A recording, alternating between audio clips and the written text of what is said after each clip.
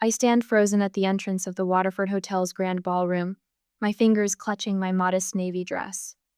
The crystal chandeliers cast prisms across the room, illuminating Boston's elite in their natural habitat, laughing too loudly, kissing cheeks that have never felt genuine warmth, trading stock tips disguised as pleasantries. Julian's hand rests at the small of my back, reassuring. Then suddenly it's gone. "There you are," Camille Graves says, approaching with a champagne flute balanced between manicured fingers. My sister-in-law, soon-to-be bride, and architect of 1,000 small humiliations. Her serpentine smile never reaches her eyes. "I wasn't sure you'd make it." The lie hangs between us. She knew exactly when we'd arrive. Julian had texted her from the car. "Wouldn't miss it," I say, accepting the champagne she doesn't offer. Julian shifts his weight, already drifting toward his father across the room. "I should check in with Dad about tomorrow's schedule." And just like that, I'm alone. I follow Camille past tables draped in cream linens, each set with precision crystal stemware catching light, name cards in perfect calligraphy. She leads me through the entire ballroom, past every table, until we've completed a full circuit. "That's odd," I say, stopping. "I don't see my place setting." Camille's smile tightens. She leans close, her breath warm against my ear. "Only essential guests get seats at a Graves, Pierce affair." Her voice carries just enough for nearby guests to turn. Heat crawls up my neck. There must be some mistake. Julian reappears, champagne in hand, eyes darting between us. "What's going on?" "There's no place for me," I say. 3 years of marriage, and I still sound surprised when his family pulls these stunts. "Don't make a scene, babe. We'll figure something out." Julian's hand returns to my back, but lighter now, barely touching.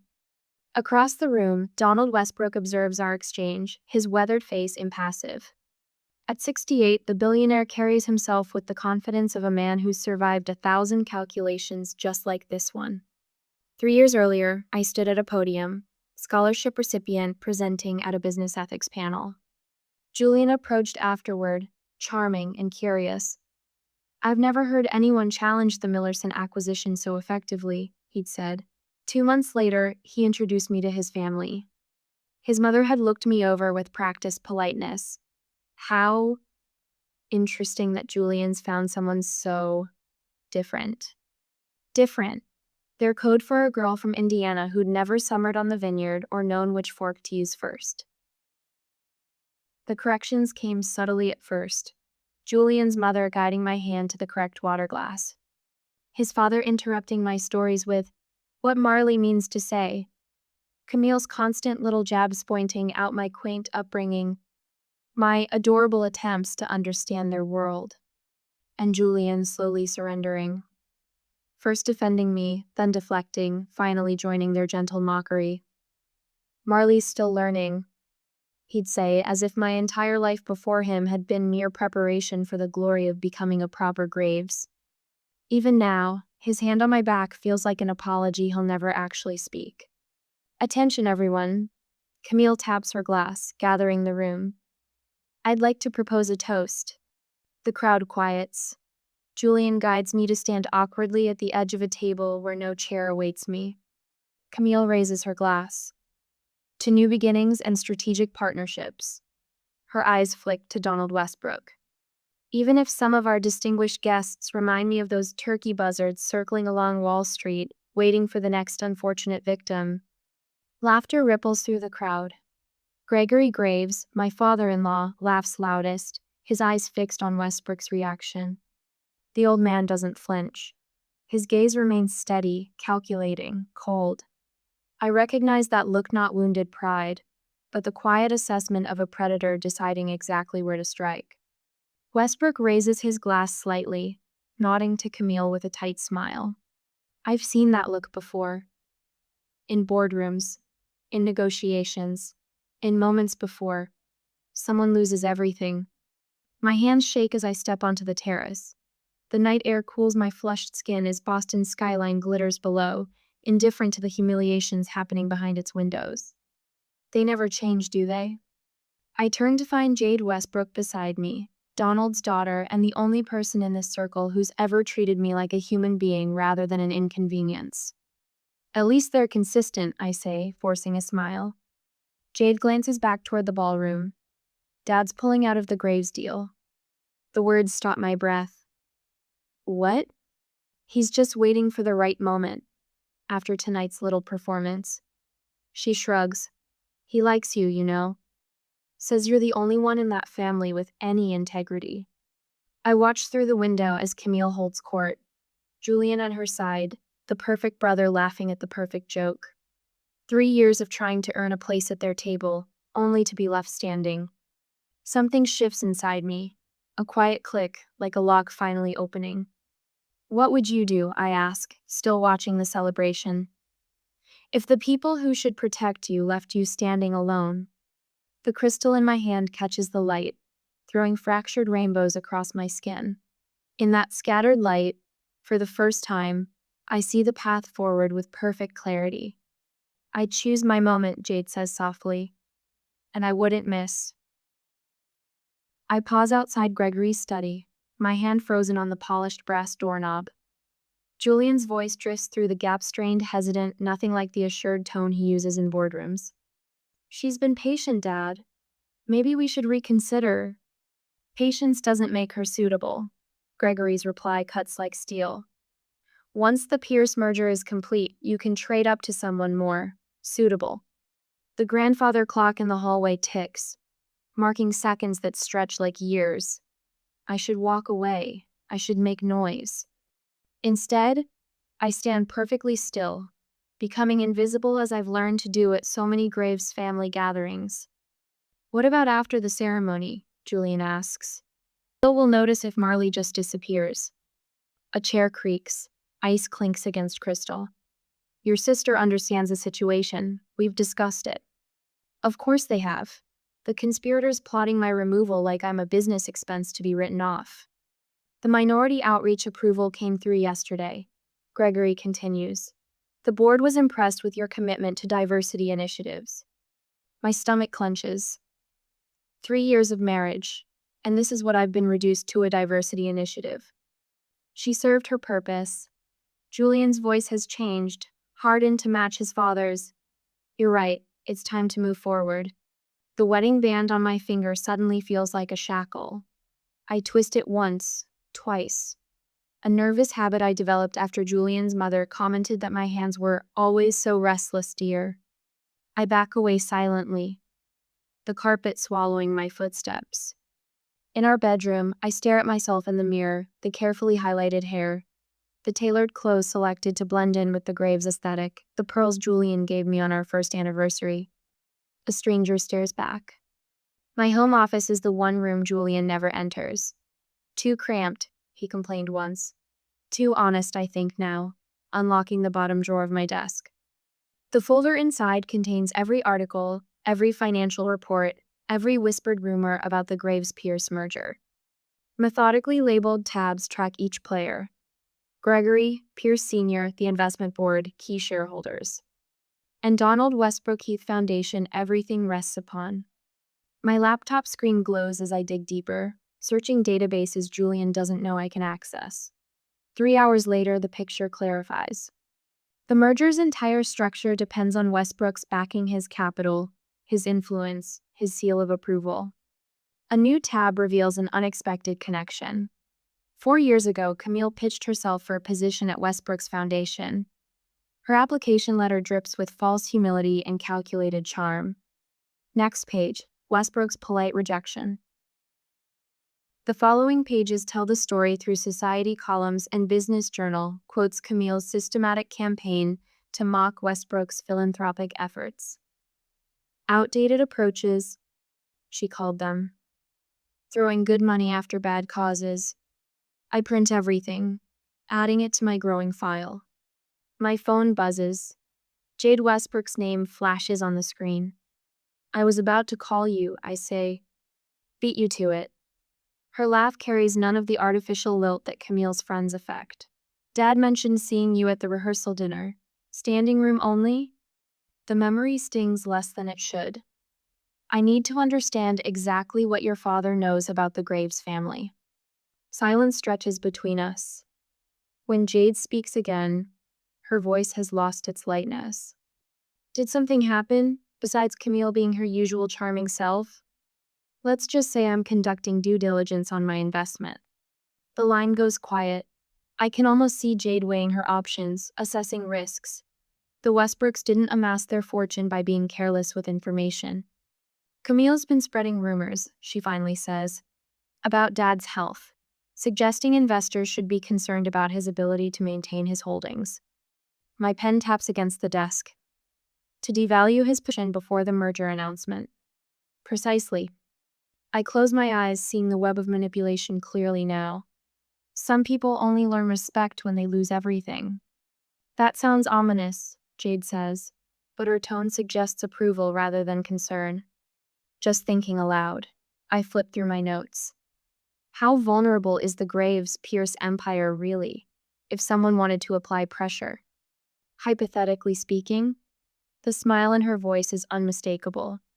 I could put together some information. For educational purposes. I'd appreciate that. After we hang up, I schedule a meeting midnight, the Star Diner on Route 9, far from the usual Graves haunts. The kind of place Julian would never set foot in. I spend the next 3 hours calculating exactly how much leverage I need, how many pieces must align. The Graves family built their reputation on appearances, the perfect home, the perfect children, the perfect connections. Remove one support beam and the entire structure trembles. Remove the cornerstone, and it collapses entirely. At 11:30 p.m., Julian sleeps beside me, his breathing deep and regular, confident, secure. The man who hours ago agreed I had served my purpose. I slip from the bed without disturbing him, and stand by the window, phone in hand. Donald Westbrook answers on the second ring. Mrs. Graves, I've been expecting your call. If you're going to walk away, I say without preamble, do it while they're distracted. A pause. Then a low, appreciative chuckle rumbles through the line. Timing is everything, my dear. Yes, I say, watching Julian's oblivious form in our marriage bed. It certainly is. The morning sun casts long shadows across the manicured lawn of the Graves estate.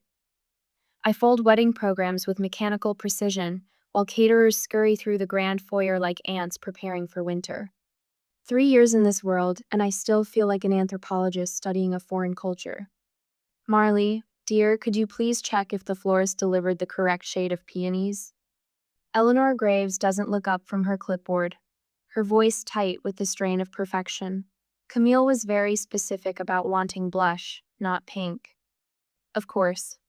I smooth my skirt and rise from the antique settee. The distinction between blush and pink seems absurdly important today. Julian rushes past me, phone pressed to his ear, pausing just long enough to plant a distracted kiss on my cheek. Camille's having a crisis with the florist. I need to. I know. Your mother just asked me to check. I catch his arm. Maybe we could have lunch once things settle? Not today, babe. He squeezes my hand before pulling away. Too many fires to put out. The moment he disappears, my phone buzzes. A text from Westbrook. It's done. Watch the news at noon. My fingers tighten around the phone. 5 words that will alter the trajectory of the Graves dynasty forever. Yet the world around me continues its frantic preparation, oblivious to the approaching storm. I slip the phone into my pocket and head toward the East Wing, where Julian set up his temporary office. The door stands ajar. His laptop glows on the mahogany desk, abandoned in his rush to solve Camille's latest catastrophe. I shouldn't look. But something about Julian's carelessness with his belongings and with Mep propels me forward. An email thread with Camille sits open on the screen. Julian, once we announce the directorship, you can start fresh with Caroline. The board meeting Monday will make everything official. Dad says Marley's PR value is exhausted anyway. The diversity initiative got us the permits we needed. My lungs constrict. I scroll down. Photos of Julian at Dauphine's with a willowy blonde appear, his hand resting on hers. The date stamp shows Tuesday when he claimed to be in meetings until midnight. The wetness on my cheeks surprises me. I thought I'd cried myself empty after the rehearsal dinner, but this betrayal cuts deeper than any public humiliation. I've been a prop in their social theater, a convenient tool now ready for replacement. I wipe my face with steady hands, straighten spine. Tears won't fix what's been broken. Only calculated action will. I move the emails to a folder and forward the entire thread to my personal account before closing the laptop exactly as I found it.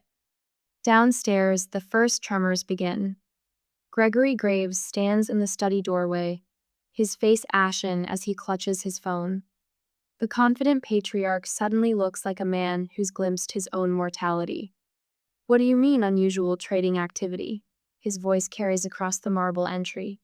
"Nothing moves until after the wedding. That was the agreement." He catches me watching and slams the study door. Within minutes, men in dark suits arrive through the side entrance. The family's financial team never uses the front door. They rush past without acknowledging me, as always. In the breakfast room, Camille's future father-in-law, Harrison Pierce, corners Gregory with urgent whispers. "My sources at Morgan say something's happening. Please tell me you haven't." "Not here," Gregory hisses, steering the older man toward his private study. The caterers exchange glances. They sense the shifting atmosphere like animals before an earthquake. Money has its own weather patterns, and the barometric pressure is dropping rapidly. "You're up early." Jade Westbrook appears at my elbow, resplendent in emerald silk that matches her eyes. She squeezes my hand, her touch conveying what words cannot in this surveilled space. "Sleep well?" "Like someone with nothing to hide," I reply. My college roommate AITA arrives next, her law firm partner pin gleaming on her lapel. Then Michael from my economics program, now heading his own investment firm. One by one, my people arrive successful in their own right, independent of family connections. They form a protective circle I never thought to assemble until now. Across the room, Donald Westbrook enters with the quiet confidence of a man who knows he holds the detonator. His RSVP had been a regretful decline until yesterday. Gregory's face tightens at the sight of him, a muscle jumping in his jaw. "What's he doing here?" Camille hisses at Julian, not bothering to lower her voice. "Be nice," Julian mutters. "Market's been volatile. We need him calm." The final dress rehearsal dinner begins promptly at 11. Crystal gleams in the sunlight streaming through French doors. Gregory stands, champagne flute raised high, his confidence seemingly restored. "Today marks not just the union of two people, but of two great families," he proclaims. The Graves Pierce alliance represents the future of finance in this country, built on generations of tradition and... Every phone in the room buzzes simultaneously. The synchronized symphony of alerts cuts through his speech. Camille grabs Julian's phone first. Her face drains of color as she reads the Bloomberg headline. Westbrook divests entirely from Graves Holdings. Her champagne glass slips from manicured fingers. It falls in agonizing slow motion, shattering against the hardwood with a crystalline explosion that perfectly mirrors the family's collapsing future.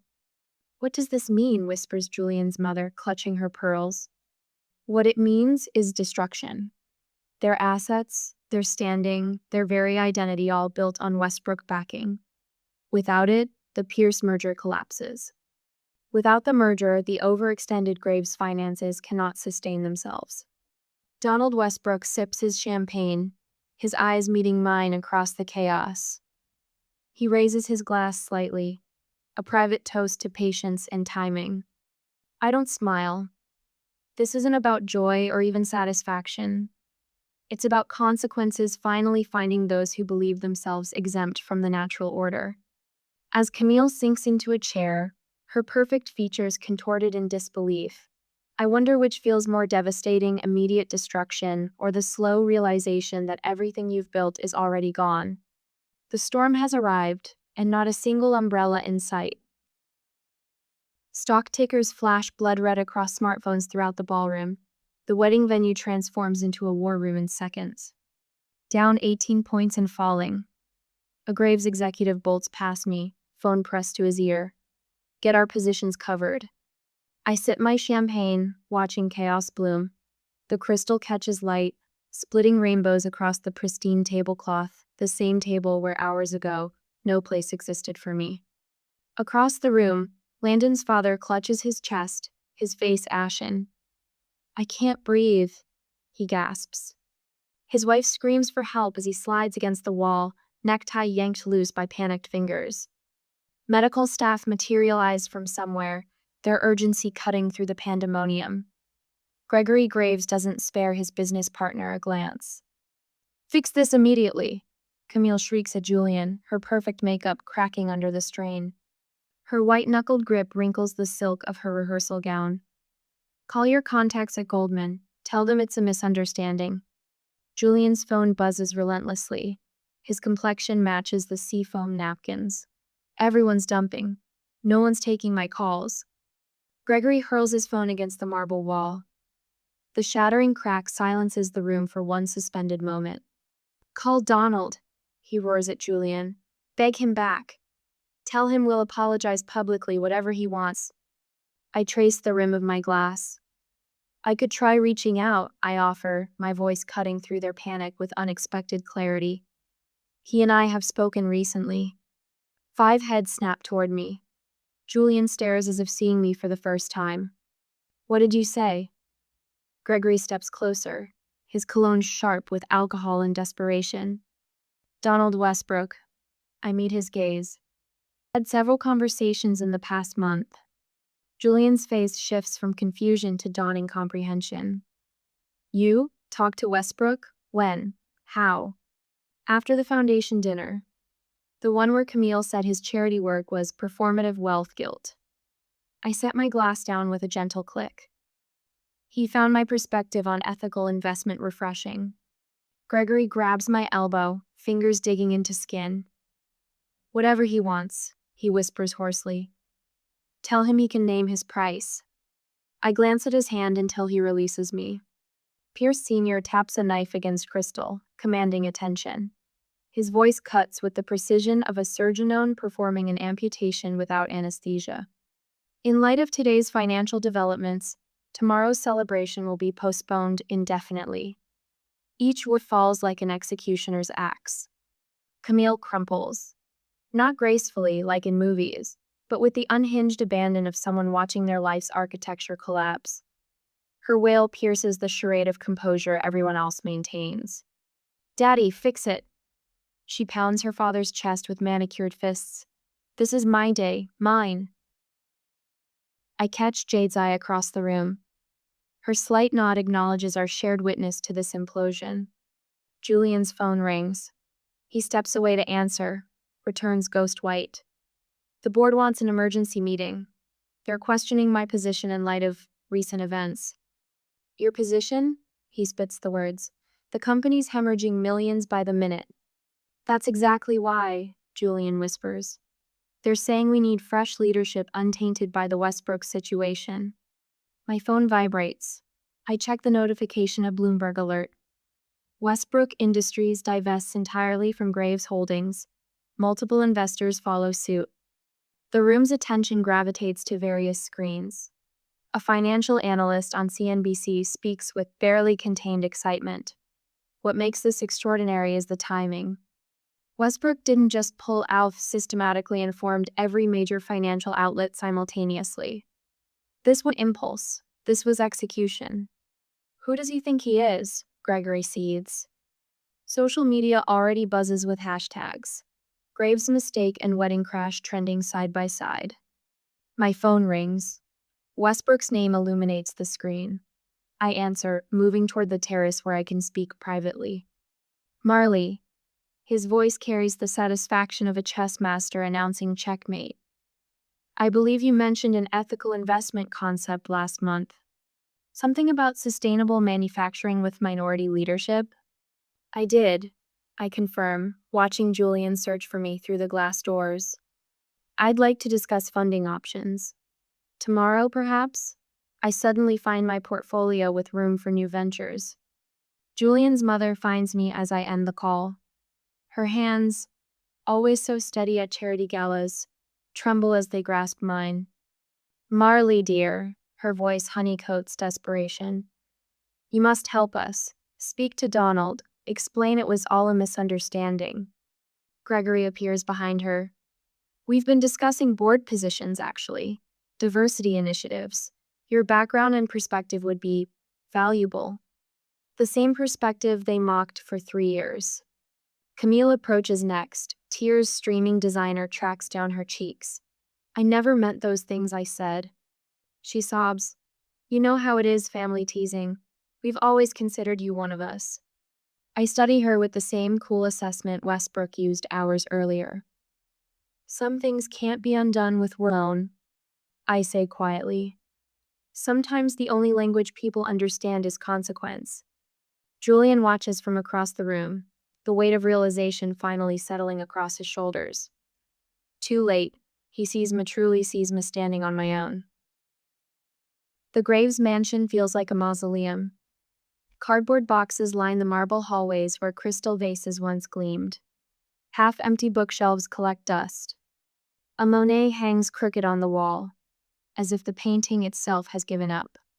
I run my fingertips along the dining table's mahogany edge, the same table where I was deemed unworthy of a seat just weeks ago. Now Gregory Graves sits at its head, his once imperious posture collapsed into something resembling humility.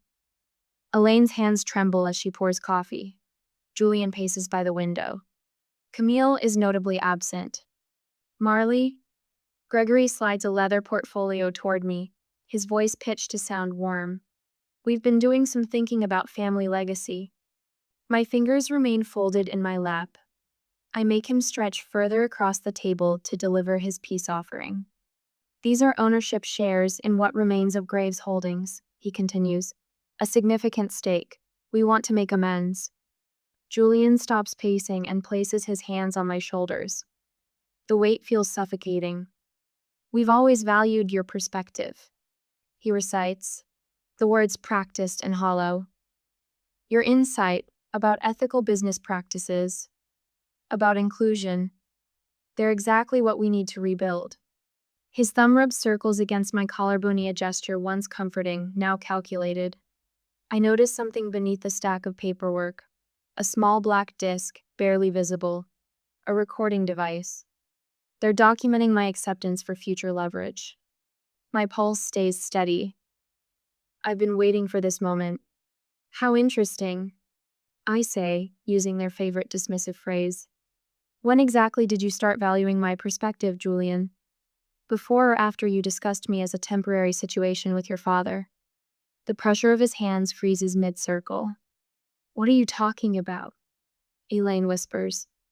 I reach into my purse and pull out my phone. The recording is queued up, their voices crystal clear. Once the Pierce merger is complete, you can trade up to someone more suitable. Gregory's voice fills the room. She served her purpose. Got us that minority outreach approval. Julian's voice follows. I don't need to look up to feel the oxygen sucking out of the room. I continue anyway, scrolling to a series of screenshots. Or perhaps Camille values my perspective. These text messages to you, Julian, about my adorable attempts to use the right fork and backwater accent suggest otherwise. Gregory's face has gone from pale to gray. Marley, we can explain. I've been in talks with Westbrook for weeks, I interrupt, closing their portfolio without opening it. Not for revenge, but because he recognizes value where you never did. You? Betrayed us? Julian stammers, removing his hands from my shoulders as if I've burned him. I laugh. This sounds sharp and unfamiliar even to my own ears.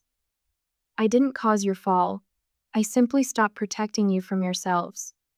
Elaine's coffee cup clatters against its saucer. You couldn't possibly. My phone pings. I glance down at the notification. That would be your Greenwich estate. The listing just went live. 10 million under market value, but you need liquid assets, don't you? Julian grabs for my phone. I slide it back into my purse. Where's Camille? I ask. Still celebrating her new job opportunity in Austria? Gregory's fingers dig into the table edge. How do you know about that? It's not a promotion, it's exile. The Pierce family wants her as far from American business circles as possible after her toast sank their merger. The grandfather clock ticks in the corner. Each stroke sounds like a prison door locking. Your trust fund's been decimated to cover margin calls, Julian. I continue. The board meeting tomorrow will strip your father of his remaining directorships. Society columnists who once fawned over Camille are writing about the grave's rapid descent. Elaine's phone rings. She glances at it, then silences it without answering.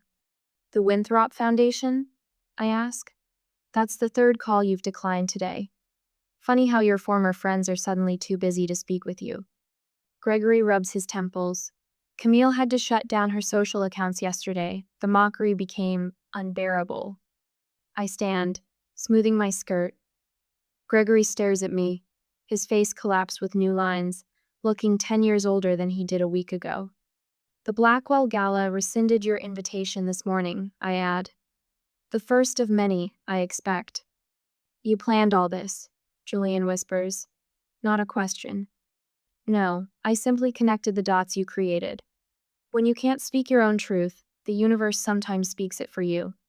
I pull my house keys from my purse and place them on the table. The sound rings final. I won't be returning.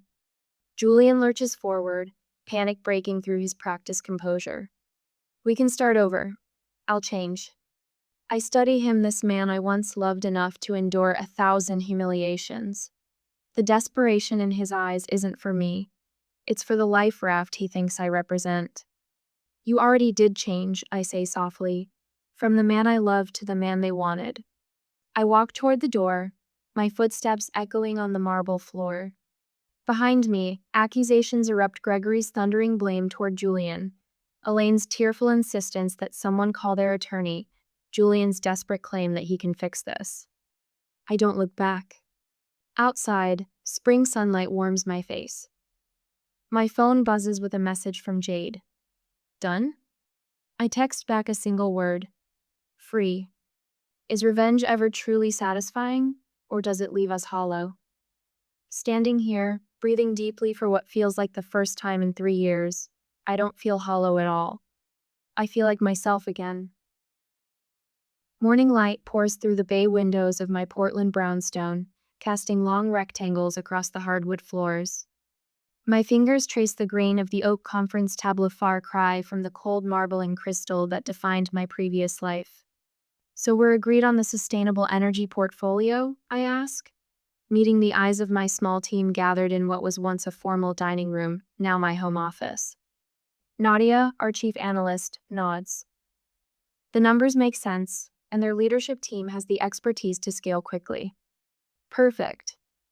I smile, catching sight of the framed business license hanging on the wall. Harbor Ethics Partners with Donald Westbrook listed as founding investor.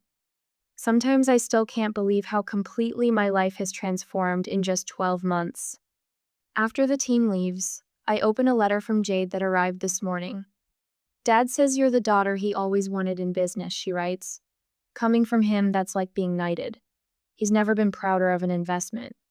I trace my fingers over the words, a quiet satisfaction settling in my chest. The man whose calculating gaze I first met across a hostile ballroom now trusts me with his legacy. My phone buzzes with a calendar reminder. Volunteer orientation at the First Generation Scholarship Foundation starts in an hour. The irony doesn't escape me, guiding students from backgrounds like mine through the maze of privilege they'll soon encounter. The doorbell chimes as I slip on my blazer. My friends arrive with balloons and a homemade cake, 2 days early for my birthday. We know you're busy tomorrow, says Lynn, arm length through mine. So surprise. They sing off key while I blow out candles, their faces bright with genuine affection. No strategic smiles, no social calculations, just warmth. On my desk sits the newspaper clipping announcing the sale of the Greenwich mansion. Graves Estate sells for 60% below asking, reads the headline. The accompanying photo shows Gregory looking 10 years older, shoulders stooped. Beside it lies Camille's postcard from Austria, unexpectedly reflective. Sometimes I wonder if all of this was worth it. No signature, just her initials. Julian's email sits unanswered in my inbox. The subject line reads, "Closure. Some doors should remain closed." When you're navigating elite circles that weren't built for people like us, remember that their acceptance is less valuable than your authenticity. My words hang in the air of the crowded auditorium. The young scholarship student who asked the question nods slowly, recognition dawning in her eyes. "I spent years trying to earn a place at a table where I was never meant to sit," I continue. "But the real power came when I built my own." The applause starts softly, then swells. As I stand on the same stage where I once presented as a student, the standing ovation washes over me like a cleansing tide. Later, I sign the final documents for Harbor Ethics Partners investment in a Detroit-based sustainable energy company founded by two brilliant engineers from historically Black colleges. Next week, I'll announce our foundation's donation to the Children's Oncology Foundation, funded by the sale of Camille's seized jewelry collection. The evening settles around me as I work in peaceful solitude, finalizing plans for our community financial literacy program. Reports of Gregory's retirement for health reasons from his remaining business interests crossed my desk this morning. How quickly empires fall when built on shifting sand. The simple band I bought myself after removing my wedding ring catches the lamplight. No diamonds, no family crest, just a silver circle representing the promise I made to myself. Standing on my porch as twilight blankets Portland, my phone lights up with a message from Westbrook. "Ready to change the world?" I watch stars appear over a skyline so different from Boston's glittering towers. "I already have," I whisper to the night air. True revenge wasn't bringing them down, it was rising without them.